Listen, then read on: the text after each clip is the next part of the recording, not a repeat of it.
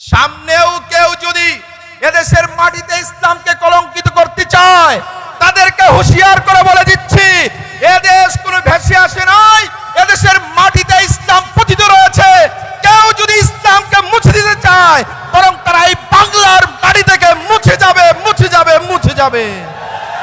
বিভিন্ন দলের মানুষরা বলতে লাগছে যে ইসলাম যদি এদেশে আসে, এদেশের মানুষকে ক্ষতিগ্রস্ত করবে। আমি বলতে চাই, যারা ইসলামের বিরুদ্ধচারণ করার কথা বলছেন, তাদেরকে বলে দিতে চাই, ইসলাম ছাড়া এদেশে কেউ রাষ্ট্র ক্ষমতায় যেতে পারবে না। যারা এই রাষ্ট্র ক্ষমতায় যাবে, যদি ইসলাম ভুলে যায়, এদেশের মানুষ তাদেরকে ভুলে যাবে।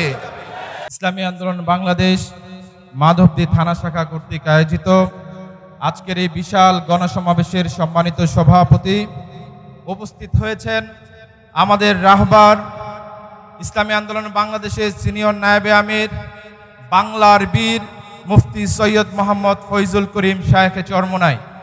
মঞ্চে উপবিষ্ট রয়েছেন ইসলামী আন্দোলন বাংলাদেশের কেন্দ্রীয় নেতৃবৃন্দ, উপস্থিত রয়েছেন নরসিংদী জেলা মাধবদী থানা শাখার নেতৃবৃন্দ। সবাইকে আমার সম্মুখে যারা উপস্থিত রয়েছেন, ইসলামী আন্দোলন বাংলাদেশের বীর মুজাহিদ সংগ্রামী কর্মী ভাইয়েরা, সবাইকে আমার পক্ষ থেকে স্বাধীন বাংলাদেশে রক্তিম শুভেচ্ছা জানাচ্ছি।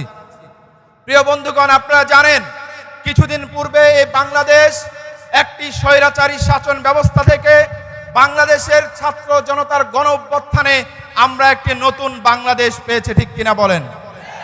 এই বাংলাদেশ স্বাধীন, এই বাংলাদেশ আপনার আমার।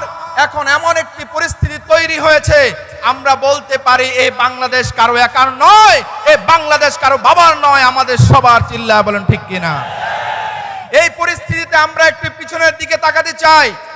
যে স্বৈরাচার সরকার আমাদের মাথার উপরে দাঁড়িয়েছিল, তারা এদেশের অর্থনীতিকে পঙ্গু করেছে, এদেশের আইন ব্যবস্থাকে ধ্বংস করেছে, এদেশের মানুষকে, পুরো দেশকে একটি অন্ধকার রাজ্যে পরিণত করেছিল।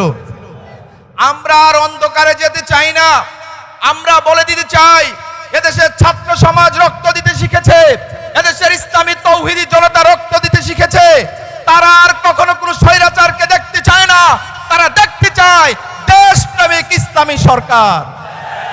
এই জন্য আমাদের নেতা মরহুম পীর সাহেব রহমতুল্লাহ আলাইহি বলতেন, শুধু নেতা নয়, নীতিরও পরিবর্তন করতে হবে।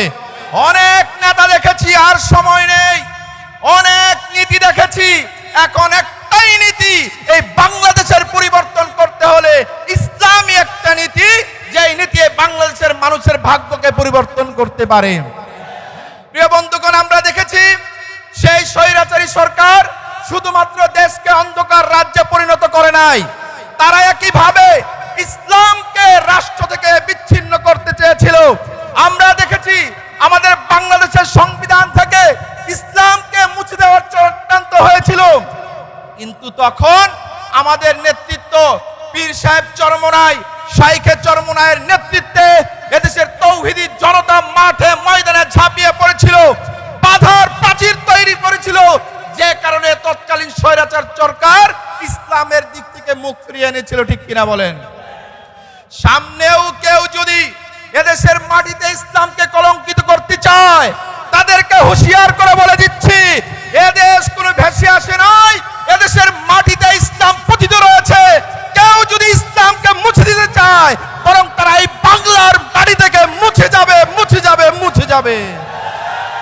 এই জন্য প্রিয় বন্ধুগণ, মাধবদীর মাটি হলো ইসলামের ঘাঁটি, এই মাধবদীর মাটি হলো ইসলামী আন্দোলনের ঘাঁটি। বারবার আপনারা প্রমাণ দেন, কিন্তু সামনে ব্যালটের মাধ্যমে প্রমাণ দিতে হবে। এই জন্য এখন থেকে আমাদের কার্যক্রম শুরু করতে হবে।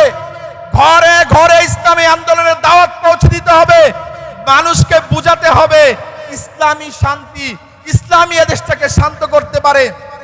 কারণ ইদানিং আবার দেখেছেন বিভিন্ন দলের মানুষরা বলতে লাগছে যে ইসলাম যদি এদেশে আসে, এদেশের মানুষকে ক্ষতিগ্রস্ত করবে। আমি বলতে চাই, যারা ইসলামের বিরুদ্ধচারণ করার কথা বলছেন, তাদেরকে বলে দিতে চাই, ইসলাম ছাড়া এদেশে কেউ রাষ্ট্র ক্ষমতায় যেতে পারবে না।